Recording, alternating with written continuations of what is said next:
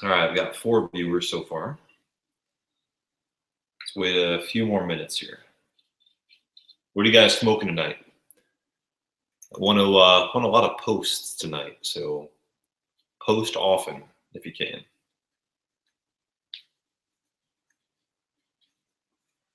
Either what are you smoking now, or what do you smoke earlier today or this weekend?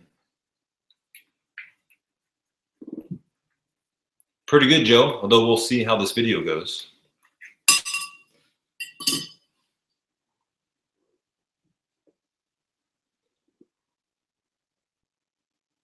All right, Andrew smoking Cabby's mixture. Never been a Cabby myself, although I've been in many. What's everybody else smoking? Billy Bud. Good to see you're dipping into the cigar leaves, Christopher. Nice.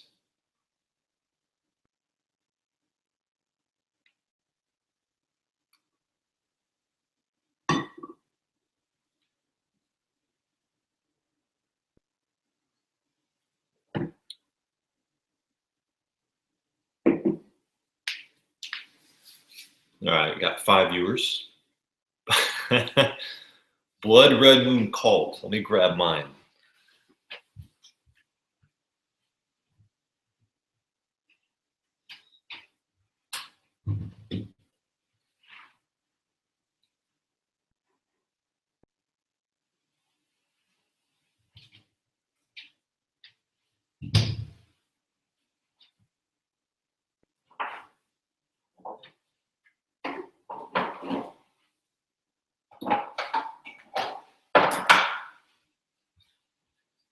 So I got my Blood Red Moon Cult here. I have smoked about 2 bowls of it. Let me crack it open.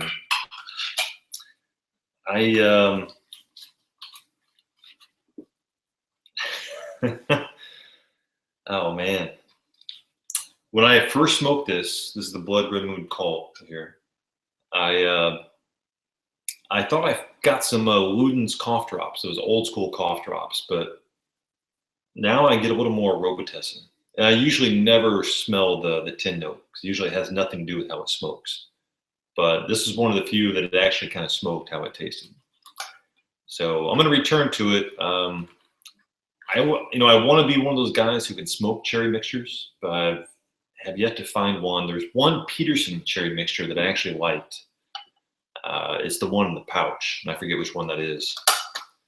But we'll see how a cult fares with me in the long run.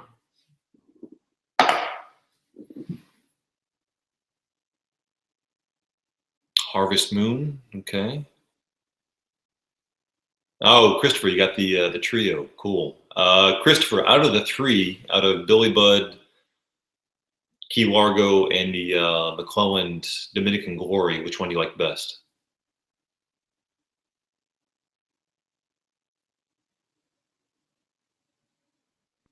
Yep, Michael, I'm trying again. This is the new format. I'm going to try to do 80% of all new videos will be live streaming. And I like the idea that there's no editing, there's no post-production. It's a little nerve-wracking, but I say the hell of it. Although I will probably delete some of these an hour after I post, or after an hour after we're done, because I may cuss. I don't really want a video out there where I'm cussing, but we'll see. We'll try to keep it PG. Oh no, Christopher gifted away the Dominican Glory, and you have yet to try the Key Largo. I was hoping to try it this weekend in Raleigh. Did you at least smoke the Dominican Glory? Let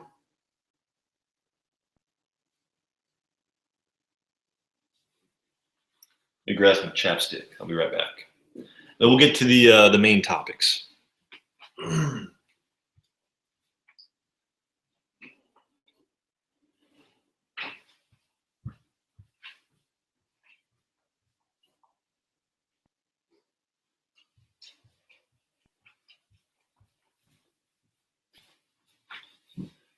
All right. Keep the posts and questions and comments coming, guys. I usually run out of content pretty early. So even if you think you're not posting anything valuable, just keep posting. Doesn't really matter.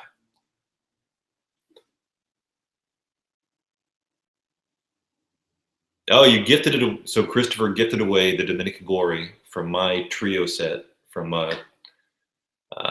tobaccopipes.com, and he didn't even crack it. Kind of hurts me, right? Well, I'll be right here, I guess. That's okay. Michael preferred the Key Largo, as do I. I think that's my favorite cigar leaf. I kind of went back and forth between Key Largo and John Patton Stormfront.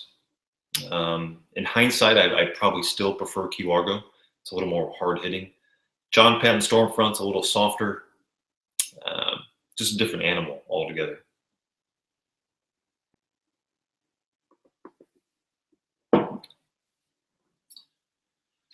All right, guys, so it's about 8 minutes after. Let me go ahead and start the main topic here. Before I do, though, I wanted to answer a couple common questions, or at least one common question, which is how often do I smoke, or how much do I smoke? And at the current rate, over the last 6 months, probably smoking about 5 bowls a day on average. That goes up to maybe 6, maybe 7 on a weekend, and as low as 3 or 4 during the week. But I would say over the course of any given week, any given month, the daily average is probably about 5 bowls a day. Today I had, in public piping news, I had a positive comment and an inquisitive question just smoking down the street at a cafe, which was kind of nice. I haven't had that happen in a while, probably because it's been winter. I haven't been smoking outside that often, where there's a lot of people walking by or close to me. But had a really interesting comment. One of those comments, my father used to smoke a pipe, my grandfather used to smoke a pipe, types of comments from some tourists that were here today. So that was kind of cool.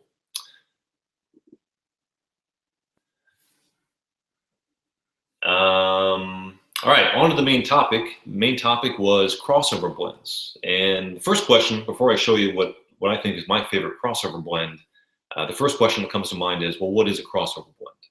So do we mean crossover from aromatic to non-aromatic?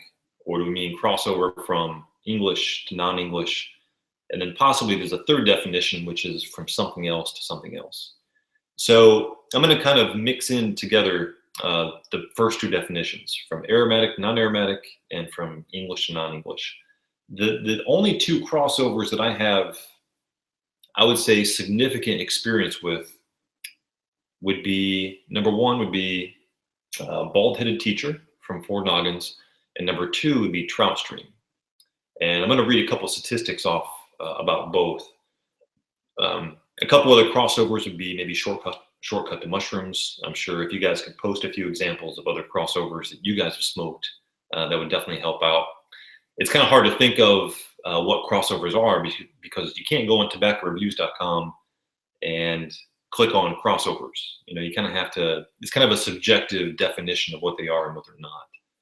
But out of those two, out of Bald-Headed Teacher and out of Trout Stream, I really prefer Bald-Headed Teacher. And this is the one I was going to smoke tonight on camera. I had this a long time ago, got a sample. A long time went by, I never had it, and I just got this a couple weeks ago, and I've been smoking the hell out of it. A couple bowls a week.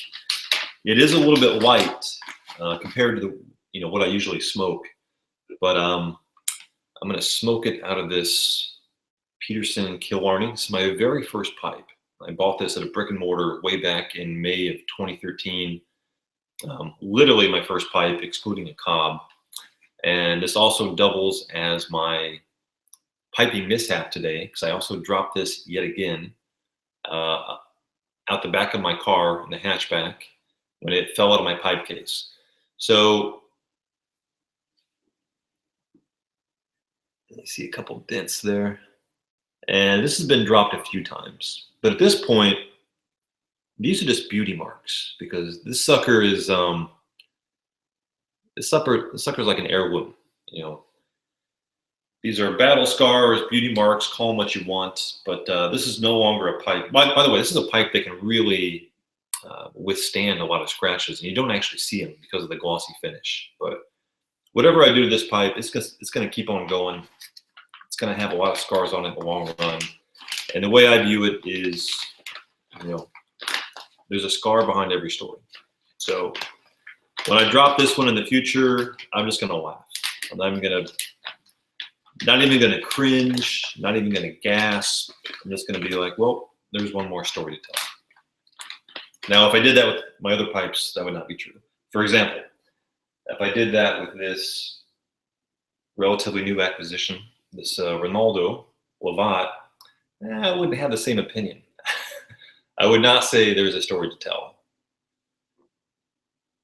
I feel a little nervous about having it that high up anyway. But remind me not to knock this desk. All right, so we're going to smoke some bald-headed teacher here.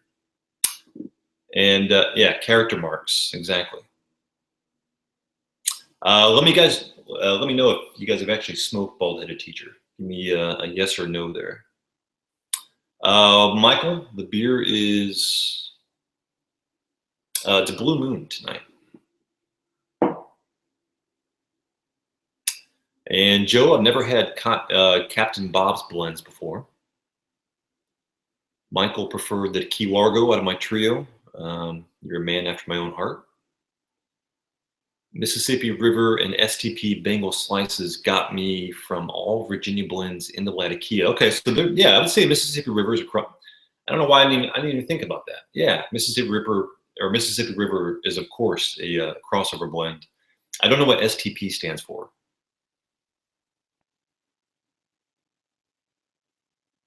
Okay, bald-headed teacher is BHT. Okay, so bald-headed teacher is it's kind of sweet.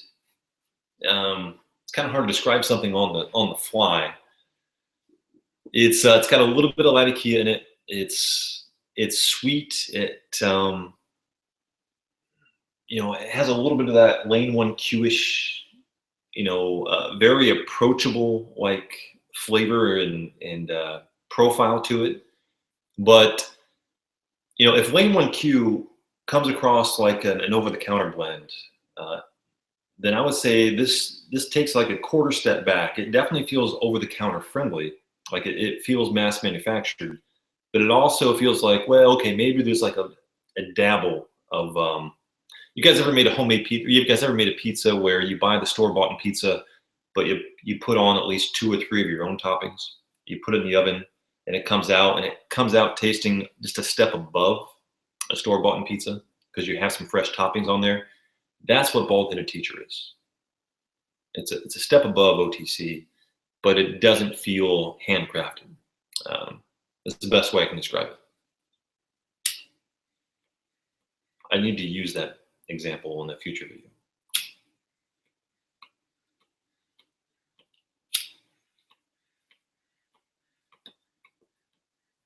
A lot of people ask me about lighters. I'm still just a big guy. I've had no luck with those high-end lighters. I had a couple of Zykars that always quit lighting after a while.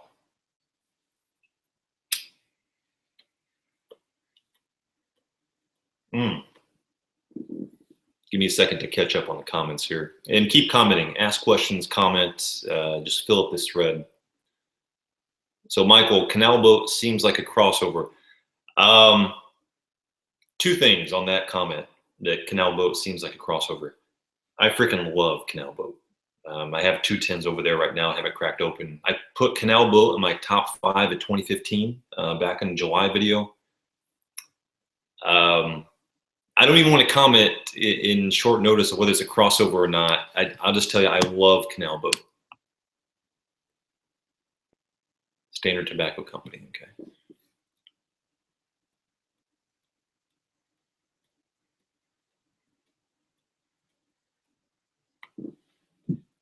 Guys, I'm sorry for delaying. I keep worrying I'm not talking enough, but just give me a couple moments to read the comments here.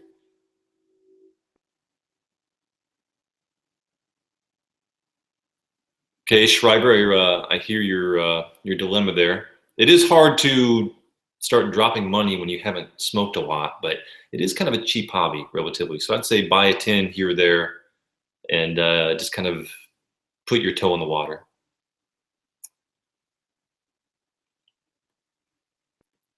Some of these questions I'll let you guys try to answer because I know there's a couple people here.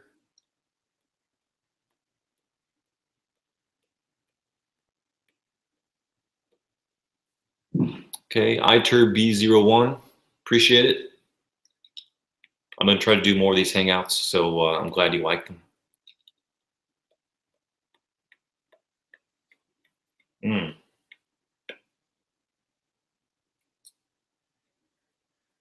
Again, bald-headed teacher, just nice, light, and sweet. Doesn't taste too fake, doesn't taste too heavily cased. And that's my definition of a crossover. I'm going to read some statistics here. So I got my whiteboard over here with some notes on it. So Bald-Headed Teacher on tobaccoreviews.com has 65 reviews, and the average is actually pretty high. It's a 3.4. And if you guys have ever been to the site, you'd probably recognize that 3.4, it's hard to say what the global average is because there's an average for Englishes, there's an average for Virginias, for Burleys. So it's kind of hard to say what the true average score is. But all I'm going to say is that 3.4 is higher than average. So there's a lot of fans out there of Bald-Headed Teacher. The other crossover blend I talked about, which is Trout Stream, and I'm talking about Scotty's Trout Stream, by the way, because there is 2 versions. Scotty's Trout Stream has actually a few more reviews. It's 70 reviews, and it's got a slightly higher score. And in my opinion, I actually kind of disagree with that. I've had Trout Stream. I'm smoking Bald-Headed Teacher now, and I actually preferred Bald-Headed Teacher way over Trout Stream. Trout Stream almost seemed almost a little too aromatic. This Bald-Headed Teacher actually seems like it has more body. There's more of a real base of Virginias and possibly Burleys there. I didn't research it before I smoked it. But there's more of a real tobacco flavor on the bottom that just seems kind of lightly cased. Trout Stream was kind of the opposite. It seemed, thoroughly cased, and it was hard for me to actually find the real tobacco. If you guys have smoked Trout Stream, definitely let me know in the comments here.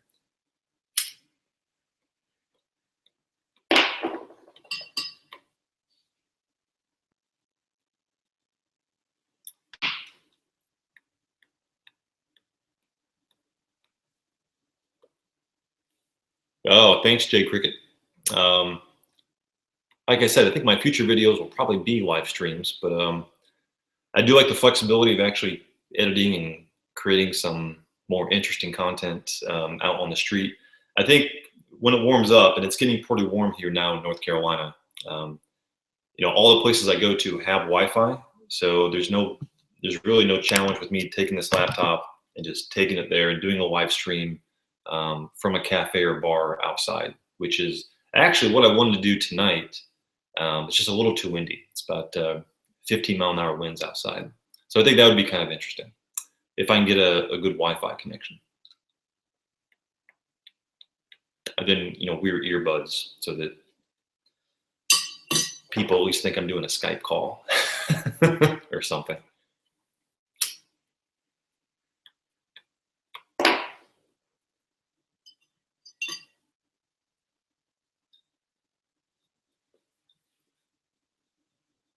Ooh, Grandpa Cavendish is here. Hey, Grandpa Cavendish, you're very welcome to Yorktown. Thank you for your video on Yorktown, because I know that definitely reached a different audience, and that's actually what you're seeing right here. My Yorktown is in this big jar, and my second order, I should say, came in a little dry, so I actually put a piece of raisin bread in it for a couple days, moistened it right up, and now I get a little taste, a little hint of raisin when I smoke it. I mean, just barely though. I don't think it really imparted much on the tobacco at all.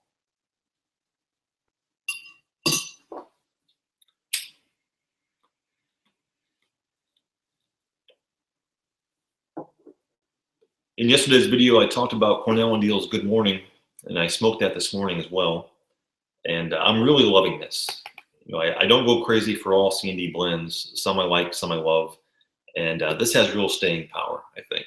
This is one that, again, really bad tin art, but I have no idea what that tin art means.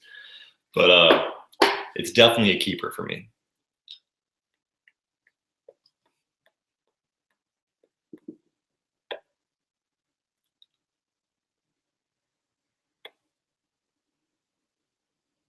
Joe, I've definitely had Northwoods. It's been a long time. And again, I'm not a big hardcore English guy. So I can't really comment on Northwoods, at least in the last several months or so.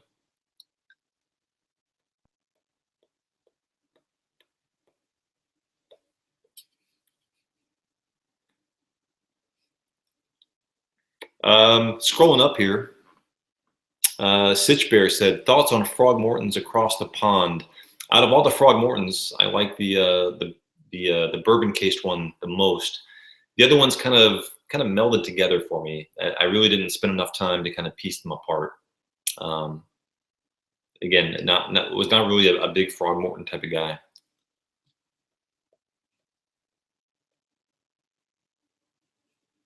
And Michael Simmons, again, I'm scrolling up to questions from probably 5 minutes ago. Have you ever gotten bulk tobacco that was on the dry side? Definitely. I just mentioned getting some Yorktown that was on the dry side. Throw a little piece of bread in there, or just YouTube or Google different options to rehydrate. I don't really have a preferred method. Sometimes, well, I guess I do have a preferred method. My preferred method of whether it's a bulk tobacco or just a tobacco that you didn't jar quickly enough is just to pack it in the bowl and then just to blow into it and just hydrate it in the pipe itself. Or the opposite way, which Andrew, a guy in Canada, told me, cover it in the top and hydrate it by blowing through the stem. All it takes is a couple blows and it gets just enough hydration to where it hydrates it enough to where when you light it up, it doesn't like rise up because it's so dry. And to me, that's the only downside of dry tobacco. It's not that it smokes harsher or anything else. I just don't want it to like plume up and expand and have to mash it down like I used to have to do with Cornell and Deal's Crooner. Crooner usually came so dry. It was in those little pellets, that cube cut burley. I just knew when I lit it, I had to almost get a shovel and like stomp it down for the first 30 seconds or so. So that's the benefit of rehydrating an overly dry tobacco, in my opinion.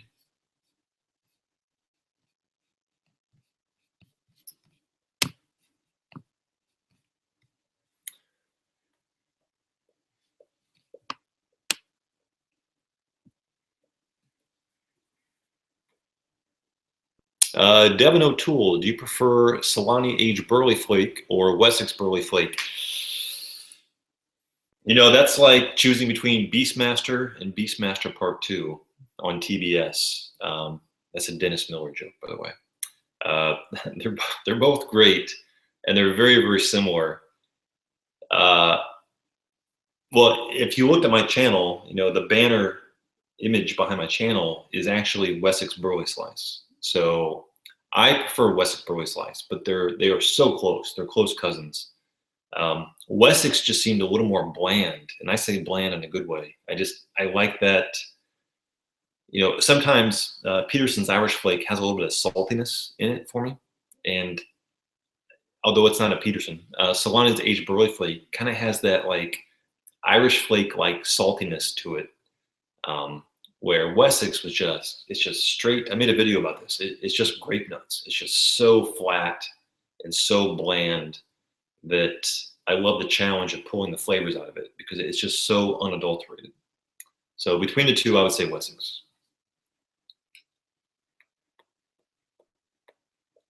Yeah, Christopher, I never heard that technique either. The blowing in versus the blowing down and covering your pipe. But now that you've heard it, give it a shot. Bread will rehydrate. It will suck the moisture out of the bread and into the tobacco. Now, again, Google this. I'm sure there's benefits of white bread versus wheat. I don't want to get into the details. I'm not really an expert on that. But I thought I would try raisin bread. I was like, what the hell? I love raisin bread. Why, raisin cinnamon bread specifically. It's like, why not try to impart some flavor here?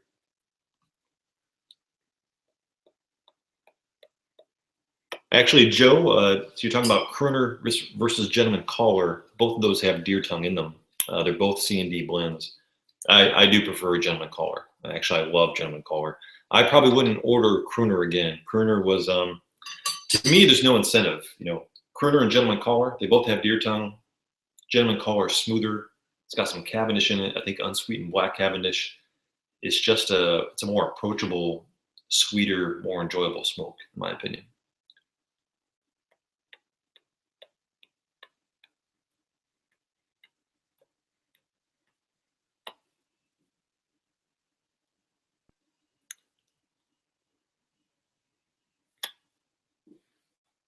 Okay, so Slot Bear says, I love caramel, almost espresso-like taste of some cigars.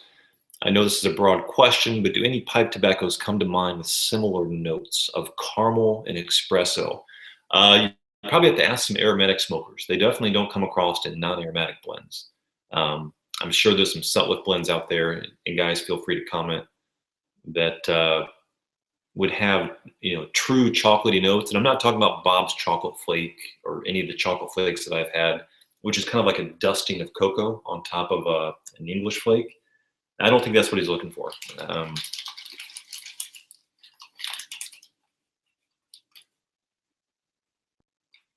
No, you don't crumble the bread. You just you just pull a piece of the bread off and throw it. So you see this tin here, this big jar. I probably overdid it, but I took literally a single slice of raisin cinnamon bread, ripped it in half, and I just tossed it in there and then shook it up so that it wouldn't be at the top. And 2 days later, it came back, and that Yorktown, because this is Yorktown, was perfect moisture. And then I just pulled the bread out, threw it away, and ever since then, this is, it's risen up a little bit. Pull this out of the way. The volume of that tobacco has risen up a little bit because there's moisture there. Again, probably not necessarily an ideal approach, but we're talking about $3 worth of tobacco. This is bulk stuff. This is not. This isn't wine that you have to worry about ruining. So, I think the great thing about tobacco is you can experiment. You can't really mess it up. Christopher, I have had Briar Fox. If you watch my top tobacco videos of 2015 back in July, I talk a little bit about Briar Fox. Haven't had it recently. It's probably fallen a little bit out of favor for me when I did revisit it, but I definitely think it has staying power.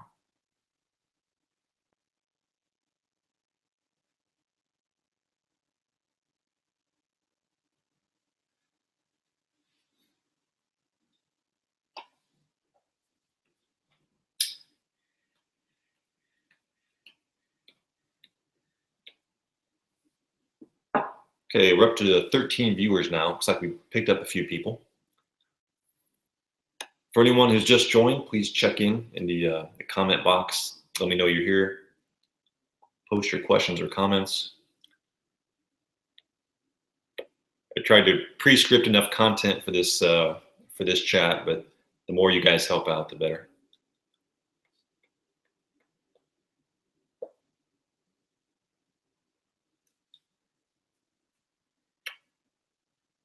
I cracked opening night, Cornell and Diehl's opening night on yesterday's video. And if you saw that one, and again, these are long videos, but if you saw that one, I talked about how last year I didn't really care for opening night. I cracked it open, smoked it, had a better experience this time. But I'll be damned if I got a pretty bad case of tongue burn after that. My tongue felt like a piece of leather this morning. Now it's hard to identify what blend was the culprit, but I think that might have been opening night. I'm gonna keep smoking it though. We'll see what happens.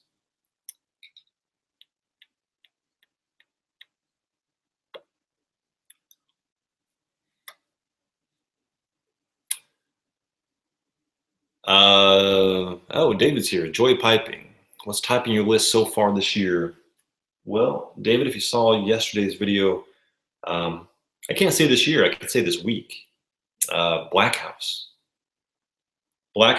and again, you're always biased between you're biased from what you smoked the last couple of days. So I can talk about this week. Black House and Cornell and Diehl's Good Morning, best two of the week so far.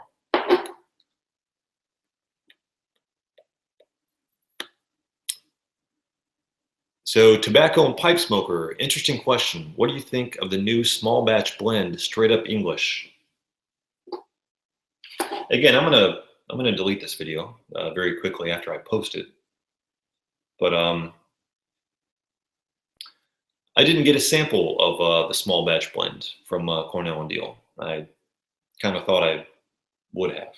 But so tobacco and pipe smoker, I can't actually comment on what I think of it because I haven't smoked it.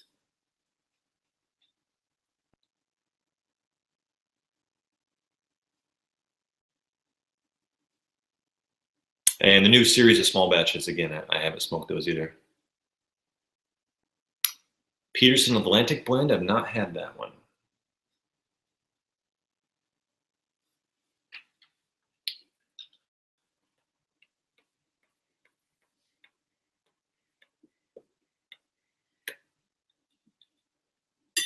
So what do you think? What do you think the temperature of a pipe is? It's about halfway through from the outside would be from relatively cheap laser grip 1080 thermometer gun. Let's take you're supposed to do a temperature reading here from about 12 to 14 inches.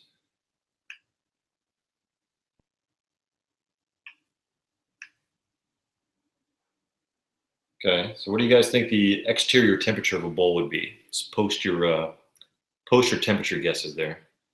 And then separately from the top.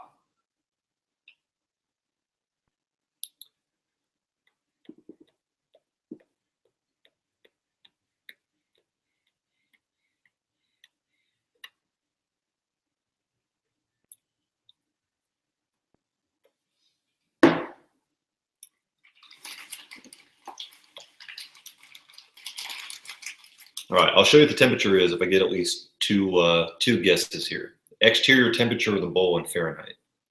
Yeah, Fahrenheit. Sorry, there's probably some Canadian guys watching. Fahrenheit, Michael. I don't know what 45 is in Celsius.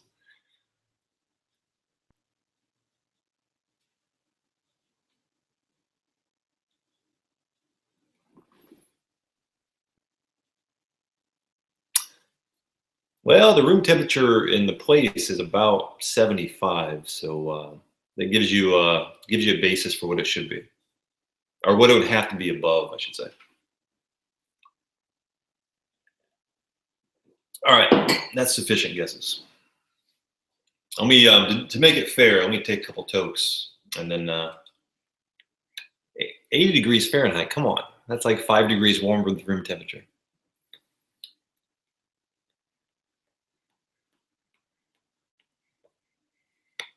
Okay, that's probably fair.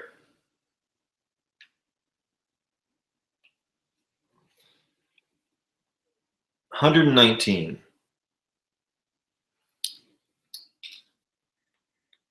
So that's why when you smoke a pipe and you hold it in your hand, it gets a little warm. It's kind of like putting your hand in a really hot, well, it's all relative, but a normal hot tub.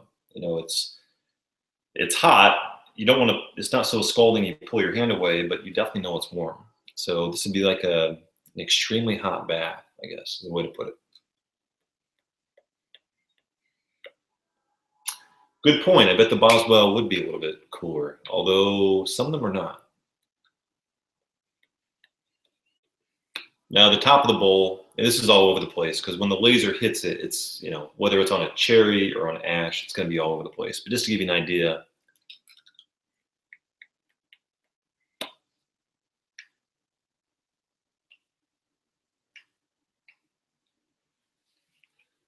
uh, 177 that time.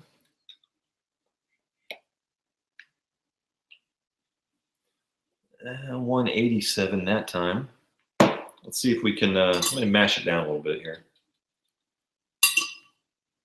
Now, does this have any scientific value? Absolutely not, because you're not putting your finger in it. But just to have some fun here.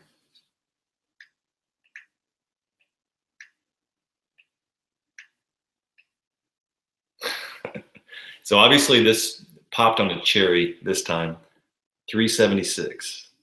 And I could see the laser was like right on the cherry. So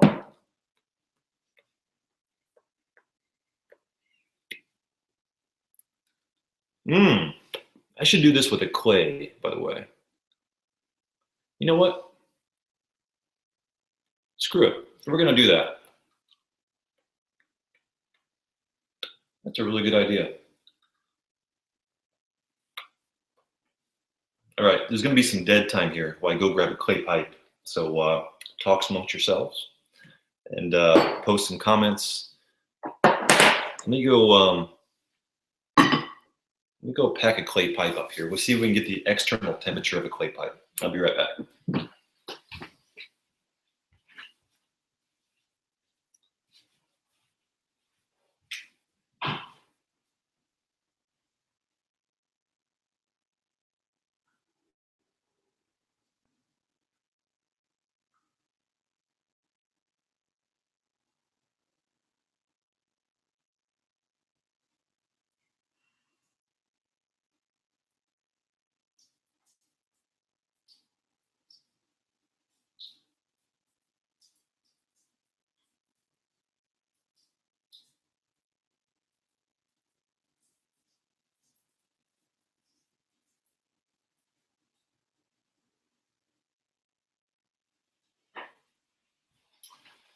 All right, I'm gonna grab one of the small clay pipes here. We're gonna do this little guy here.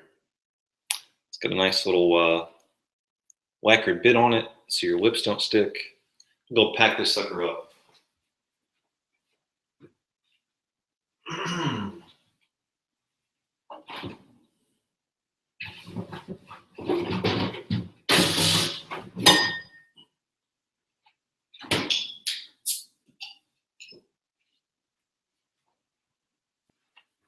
And we're gonna do some, actually, to make an apples to apples, I'm gonna smoke some bald-headed teacher in this as well.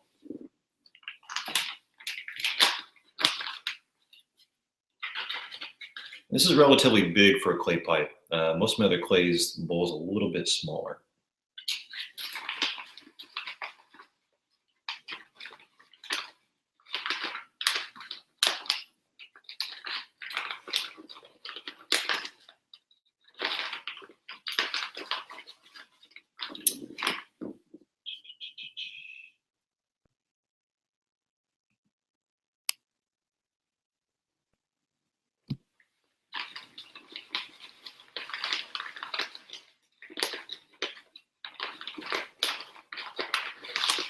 Okay, when I light this sucker up, I'll do a temperature test at the beginning. We'll kind of take it every 20 seconds after that.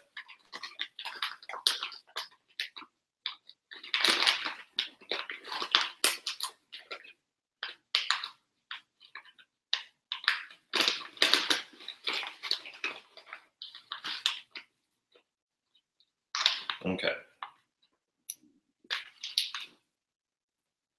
Got it packed up here.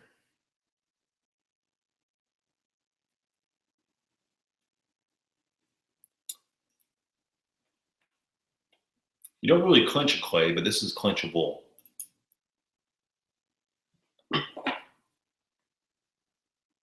If you're very careful. All right. So pristine, almost hate to get it dirty, but pipes are meant for getting dirty, so.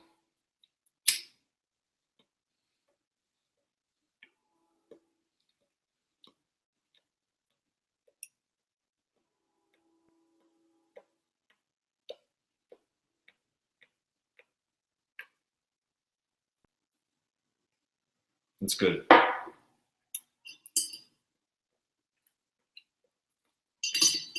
All right, first temperature reading. Again, this is 10 seconds after lighting. And we'll do an 88, just 15 degrees above room temperature.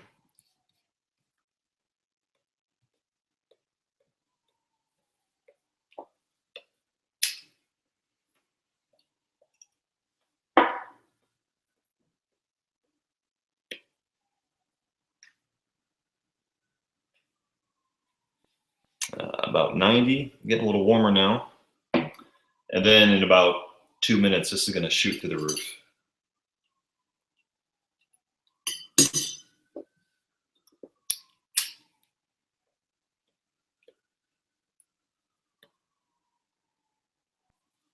On a recent video, somebody commented on the way that I smoke and try to produce big plumes. For me, I thought that was kind of normal, but apparently I'm a little bit more of a freight trainer and a huffer and a puffer than I thought I was. But I was never a big cigar smoker, but I guess I kind of smoke a pipe the way that I do occasionally smoke cigars, which is, I don't know, I want to freight train it for like 10 minutes straight, but when I smoke it, I want to produce a big plume almost every time. It's hard for me to, there's some blends you just want to sip because you're kind of afraid they're going to like bite your tongue, some of the straight Virginias, but excluding those, the bigger the plume, the better, in my opinion.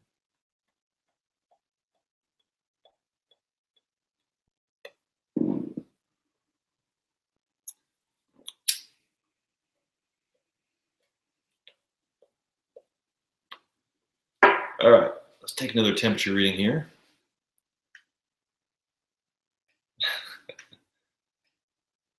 All right, we're up to, that's 120. That's not 150. It's backwards. So 120. So from 88 to 90 to 120. Now, if you recall from the Killarney a little while ago, this was 120, I would say at its peak. And that was about, I was down to the quarter of a bowl at that point. So we're already at the hottest that at least one briar pipe will get.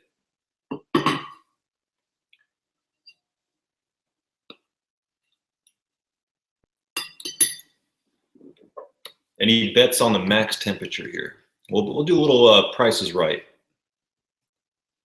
And closest score wins. So if you're over or under, doesn't matter. Closest absolute score wins.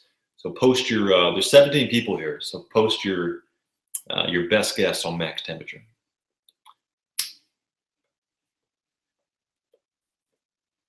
And David, you go first. Well, we're already at 120, so the 110, you gotta, Ian, I'll give you a redo on that one. We're already at 120.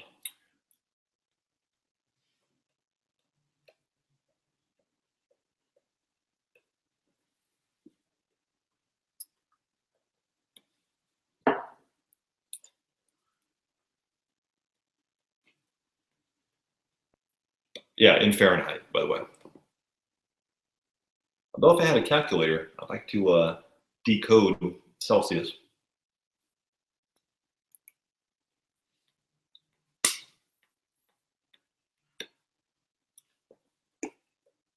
Now, I will make one comment. I didn't actually pack it all the way to the top when I first lit it. It was about 3/4. That'd make a slight difference. It would be a little bit hotter if I did pack it to the very top. All right, so I'll do it now, and I'll do it in about 2 more minutes. Let's see what we got.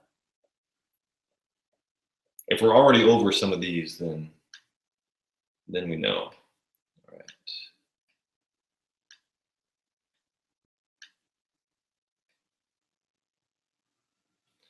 Okay, we're at 132 so far.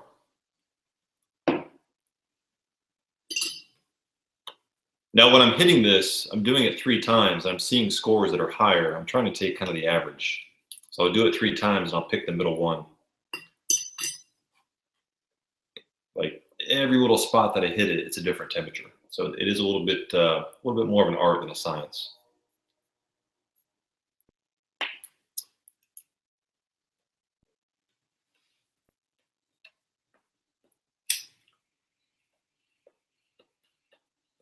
If anyone's curious, this is the Dawn Mist clay, as are all my other clay pipes, except the very first clay I bought, which was off eBay.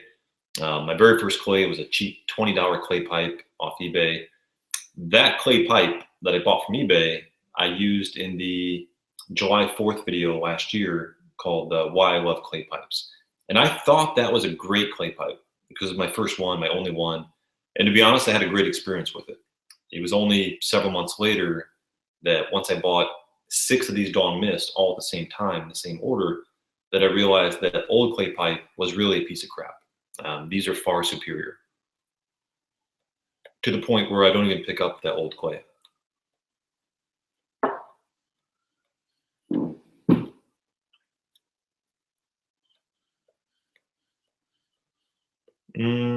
Ian, I forget the one comment I was going to say.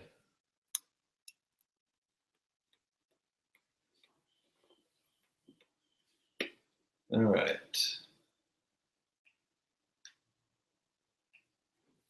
Okay, we're up to 140.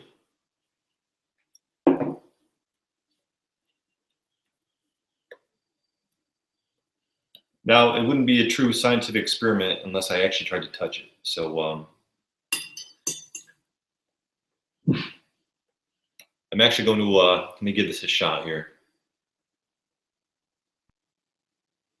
Okay, I can do this, and it is burning my hands a little bit. There is no way you could hold it. I can tell you that right now. It's funny, right? Because we got 120 on this, and I could hold it all day. Then again, you have more to cup, so you don't have to pinch it. With the clay pipe, because it's smaller, if you are going to hold it, you got to pinch it.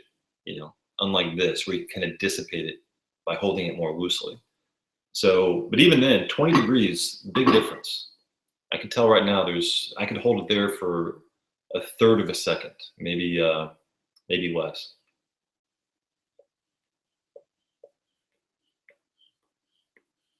A lot of people think that this is how you hold it, although you could. It looks a little funny, but this is just so it sits flat.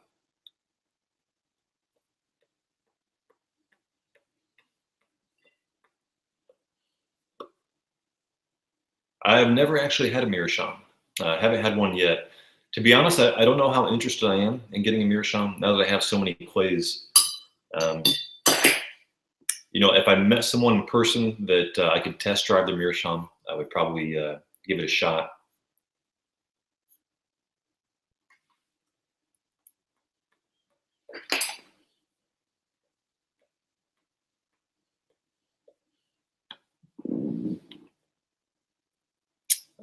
Slot bear, what makes a clay pipe smoke differently than a briar? That's a long discussion that's all over all the different forms. I'd love to answer your question, but that's more of a independent research project that a lot of people could talk about better than I could on the fly. So if you can forgive me, I don't want to address that one here, but the simplest things are it's a cleaner smoke. The clay is so neutral; it doesn't impart any flavors on the tobacco. Not that briar does, but whatever briar does, this does less imparting in terms of a flavor. But there's so many other different differences that I would just say Google it.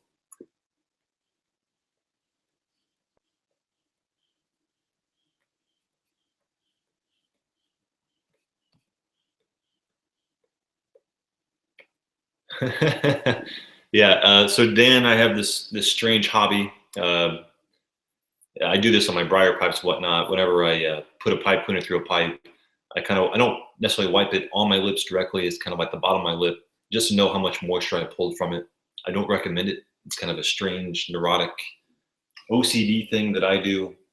There's no advantages to it. I wouldn't call it a technique. It's just something I do.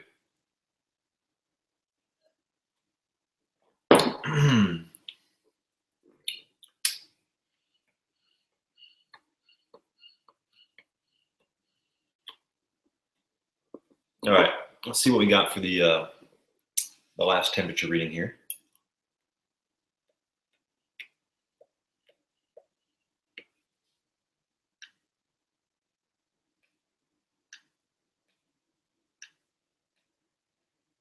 You know what? We might have topped out at 141. Let me do a couple more here. 148. It's so dependent on where I put it. It's all over the map, but there's 156. I'm going to go with 156. I'm going to say that's the top. So scrolling up here, let's see who won. I thought I saw somebody do a 155. So Jason Sims did 153.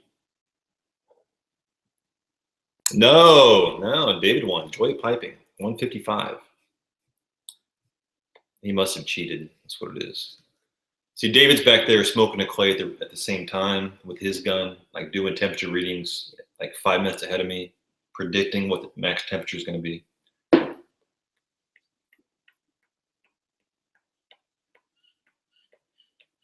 No, so I'm going to call it 156. It's a very, it's relatively inaccurate, but just to give you a measure, long story short, I would say whatever you're going to get in a briar, it's safe to assume there's at least a 30-degree temperature difference with a clay from this sample size of 1, and that is significant from what it's going to feel like in your hand.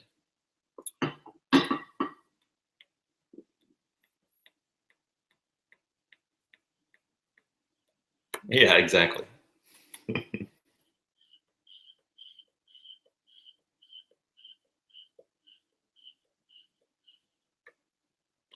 Christopher, you're talking about the Raleigh Pipe Show, and David, you asked about that as well. As advertised, no big changes. Tobacco reception, Christopher, just means you show up with nothing and you get free tobacco. Purely social. Samples, the blenders that will be there, Cornell and Deal, a couple other guys will be there. Just show up and you get free samples. So don't need to bring anything. Although obviously you can, probably should bring your own pipes and tobacco just in case.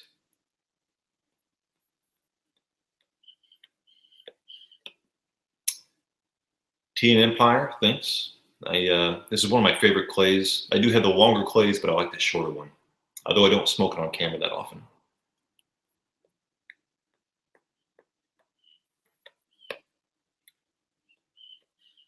Ian, the reception is probably a mixture. You can obviously smoke outside, but I think it's probably going to be in the patio of the hotel.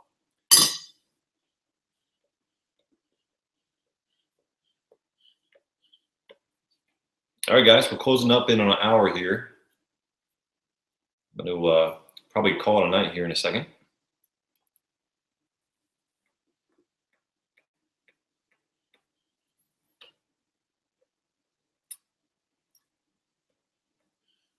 I haven't enjoyed a clay smoke this much.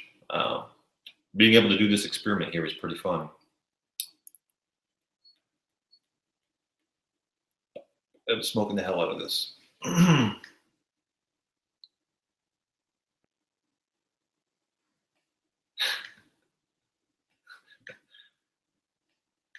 And all right, just to show you some of the max temperatures I got from the outside. Again, these are not average temperatures. These are the ones I didn't show you because I thought they were a little bit unreliable. But I got to trust the gun when I do this 3 times in a row. And 187. This sucker's getting hot.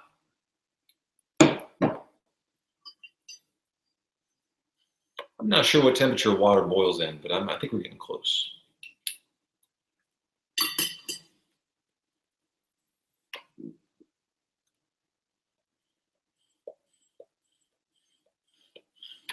All right, guys, I'm going to call it a night.